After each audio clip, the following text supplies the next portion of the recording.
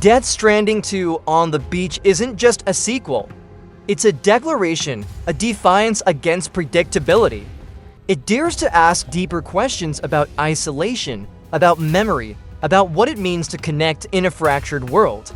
It's a journey where emotional stakes rival cosmic ones, and every step carries the weight of something far greater than the mission alone. A bold reminder that video games are not bound by genre nor by expectation. They are portals for storytelling at its most abstract and its most intimate. And Kojima, once again, is holding the compass. But more than that, he is redefining the path forward for an entire generation of interactive narratives. Death Stranding doesn't just ask you to play, it asks you to feel, to question, to connect. It turns passive observation into active participation and transforms every step into a choice, every connection into a consequence. This is more than a return, it's an evolution. A reawakening of themes we thought we'd already unpacked. Kojima Productions and PlayStation aren't offering a sequel. They're handing us a pilgrimage and existential expedition that dares to blend the personal with the cosmic. At the center of it all is Sam Porter Bridges. Norman Reedus returns, but this time, the stakes are no longer national, they are existential. He travels beyond the shattered remnants of the United Cities of America, crossing the hostile deserts of Mexico into the untamed wilderness of Australia. Two open worlds vastly different in terrain, atmosphere, and tone. One unified purpose: prevent another extinction-level event. The very fabric of existence depends not just on Sam's survival, but on what he chooses to carry and who he chooses to trust. And through him, we're asked to confront our own burdens. These aren't just lands, they're living metaphors that mirror the internal struggles of the characters and the choices the player must make. Mexico scorches with unrest, echoing the volatility of unresolved trauma and the urgency of action. Australia whispers with uncertainty, reflecting quiet doubts, trust issues, and moral ambiguity. As players traverse these environments, they're not simply exploring geography, they're stepping through emotional landscapes shaped by narrative consequence. As you traverse them, you're not just navigating geography. You're unpacking grief, legacy, isolation, and the weight of choices made too late. From the moment you step aboard the DHV Magellan, a mobile base of operations echoing the freedom and fluidity of Metal Gear Solid V's mother base, you realize Death Stranding 2 is built around a movement of people, of ideas, of consequences. This ship is not just a hub, it is the emotional anchor of your journey. It responds to your decisions, evolves with your mission, and serves as both a starting point and a safe return. It's a sanctuary and your center of operations, seamlessly blending practicality with emotional resonance. You will return to it not out of necessity, but from a desire for familiarity in a world that constantly challenges your sense of direction. It becomes a steady tether to the story, your progress, and perhaps even your psychological footing. As it matures with you, it transforms into a living journal of your path, a vessel echoing the weight of every choice. In a game defined by connection, this ship represents the heartbeat of your experience. The returning cast doesn't just reappear for nostalgia's sake. They anchor the narrative in ways both emotional and mechanical. Fragile Seydoux carries her burden with renewed urgency, influencing mission paths and alliance dynamics. Troy Baker returns as a more unpredictable force, prompting varied combat strategies through new AI routines. Hartman, voiced by Darren Jacobs, integrates into the player's progress rhythmically, offering time-based mission prompts and narrative beats. And Lou? No longer merely BB, now a daughter whose reactions change depending on your choices. Her development is shaped not by cutscenes alone, but by the weight of your gameplay behavior. These aren't passive callbacks, they are systems in motion, tying the player's hand to the pulse of the story. Fragile Seydoux carries her burden with new purpose. Troy Baker lurks with more menace, more mystery. Hartman, voiced by Darren Jacobs, brings his haunting rhythm back into your path. And Lu, no longer merely BB, now, a child shaped by your past decisions. A daughter, a promise. The emotional weight carried by these characters goes beyond dialogue. It is felt in their silence, in their scars. They are no longer just supporting characters. They are emotional barometers for the world around you. Their very presence asks questions about time, memory, and what it means to grow within a broken world. Through branching dialogue, choice-driven interactions, and evolving companion AI, these characters respond to your past decisions and current actions, deepening their roles in your story. And in this sequel, they are more than echoes, they are catalysts for change, signposts of pain, and reminders of the past you built. But the newcomers add fresh dimensions. Tomo, played by Elle Fanning, exudes tension and strength in equal measure. Reinishi Oli Kutsuna hides layers behind her stoic calm. Leonard Drawbridge Luca Marinelli seems forged in steel and shadows, a ghost from the intelligence world. The president of the UCA, a doctor, a captain, a puppet. Each one carved with precision, designed not as filler but as fractals of the larger story. They don't just serve the plot, they drive it. Their arcs intersect with yours in unpredictable ways, and your choices reverberate through their fates. Perhaps their presence is not just about who they are, but what they represent in you. Ideals, fears, regrets, hope. Even their designs drip with meaning. The Bach exoskeleton is more than a pre-order bonus. It's a tribute to real-world Baka couriers, human endurance incarnate. Dolman, a marionette with the face of filmmaker Fatih Akin, feels like a cipher for Kojima's own voice. Symbolism isn't just layered here, it's fundamental. It informs the narrative, the world building, even the UI design. Every thread in Death Stranding to seems woven with intention. Whether it's the insignia stitched onto uniforms or the cryptic messages carved into stone, nothing is accidental. These are artifacts of a world built not just to be played, but to be studied. Kojima invites us to look deeper, not just at the world, but at ourselves. What do we cling to? What do we abandon? What do we leave behind for others to find? Under the hood, Death Stranding to re-engineers almost everything. Enemy AI evolves dynamically, flanking, baiting, encircling. It reads your behavior. It learns. Take, for example, a scenario where you're repeatedly relying on long-range weapons. Enemies may start using smoke cover or breaking line of sight more aggressively to force you into closer encounters. Combat is no longer a desperate last resort. It's a complex rhythm of decisions, strategy, and misdirection. New weapons expand your range of tactics, while stealth feels earned, not gifted.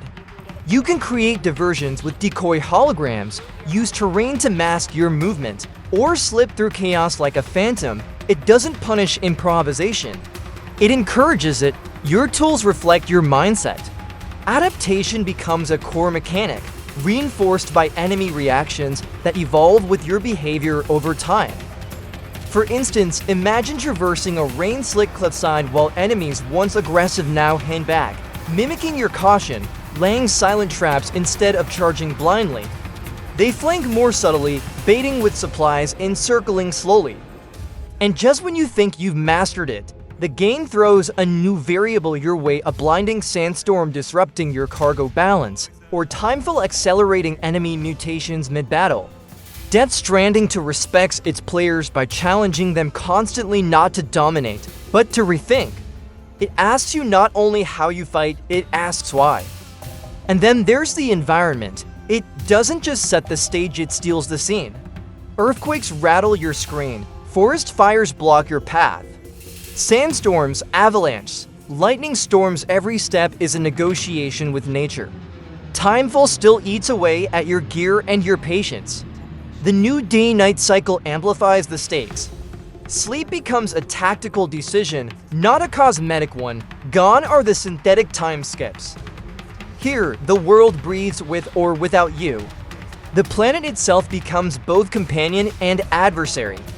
The terrain isn't just scenery, it's a character with moods, behaviors, and consequences. Environmental storytelling is no longer just subtle, it's interactive, aggressive, and deeply poetic. Every drop of rain is a countdown, every gust of wind a warning. This is not just survival, it's communion with the world itself.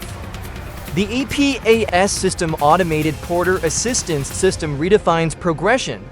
Skills evolve not through arbitrary points, but through repetition and context. You grow because you've earned it. Through combat, through stealth, through service. Every delivery hones your identity. For instance, the more you rely on stealth, the faster your reflex-based perks evolve, subtly altering enemy behavior. It's a philosophy of gameplay that respects immersion over numbers. This isn't a grind, it's a growth arc. The more you lean into your chosen playstyle, the more the world adapts to it, making your journey feel personal and tailor-made. Your evolution is organic, felt through your momentum, and mirrored by your changing relationships to the world around you. It's an RPG system that values your journey more than your stats. And perhaps most compelling, it reminds us that growth doesn't come from power but from persistence. Multiplayer, if you can even call it that, returns as the social strand system, but this time, it feels like an ecosystem. Roads appear where others walked, ropes hang where someone fell. Bridges extend where someone hoped. It's not connection by convenience, it's empathy in action. You may never meet another player, but their presence lingers. Their choices impact your survival, and yours, theirs. Death Stranding to turn solitude into solidarity. And it subtly reminds you, even in isolation, you were never truly alone. Your strand, your contribution matters. This is a shared experience without shared screens, a new way of thinking about community in games. Your quiet acts of kindness ripple through the world like waves through the ocean. And somewhere, someone you'll never meet finds safety in your shadow. Even the boss battles take a step into the future. Fail a fight, you can now skip it with a detailed synopsis. It's not hand-holding, it's honoring your time and narrative preference. Kojima believes in choice, and this is where it starts to show in mechanics. It's not about whether you fought, it's about what you choose to carry. The burden, not the battle, defines the story. And sometimes, knowing when to walk away is the bravest choice of all.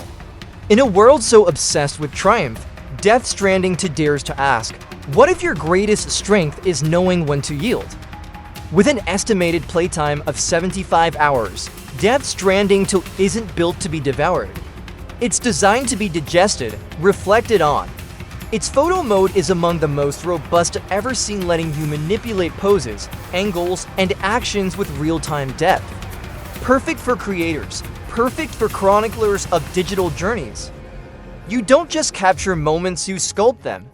And in doing so, you shape the memory of your journey. Even the process of documenting your path becomes part of the game's central message. This isn't just about how you see the game, it's about how the game sees you. What you choose to remember and what you choose to forget. Visual performance adapts to your preference. Fidelity-driven, choose quality mode. Need fluidity? Switch to performance mode for a smooth 60 FPS ride. And for those jumping onto PlayStation 5 Pro, expect enhancements designed to push immersion even further. Lighting, shadows, and environmental detail are dialed up to reinforce the mood and tension of every step. The game doesn't just look good, it communicates emotion through its atmosphere. The technical decisions are in service to the emotional journey. Every pixel is purpose-driven, every frame a part of the message. And while downloadable content isn't in the pipeline, not yet anyway, Kojima has hinted that if inspiration or bugs arise, the door remains open, but the core game, it's intact. It's designed to be remembered, not expanded. Not extended, experienced. This is not a season pass ecosystem. This is a fully realized world, crafted, intentional, and resolute. One that stands on its own legs, confident in its message, unafraid of silence. It is rare and it is deliberate. It may not appeal to everyone, but for those who answer the call, It might just be unforgettable and maybe even transformative. And yes, he has a concept for a sequel, but he won't be the one making it. That torch eventually must pass. And when it does, the legacy will depend not just on the creators, but on the players who understood what it meant to walk across a world falling apart and try to reconnect it. We don't inherit this journey, we forge it, step by step. Strand by strand, every decision threads itself into the fabric of meaning, every step echoing the intention behind it. Not through conquest, but through connection. Not through domination, but through vulnerability. And that vulnerability is the heart of everything Death Stranding 2 is trying to say. It's not a call to war, it's a call to care. So what do you bring into Death Stranding 2? A backpack full of questions, a heart ready for answers? A willingness to listen to silence, to trust in connection? To walk the road even when no one is watching? Or perhaps just the need to believe that something broken can still be made whole? To believe that games can still surprise us, to believe that art can still matter. Tell us in the comments, share your expectations, or your fears, or your fan theories. This is a world that thrives on speculation, on participation, and maybe even on hope. Be a part of it. Shape the discussion, leave something behind. Let your footprint remain long after you log off. Leave a ladder, drop a rope, build a bridge, and above all, be seen. And if you haven't yet subscribed, because every once in a while, a game like this comes along. And when it does, it doesn't just change what we play. It changes why we play. We'll see you on the beach.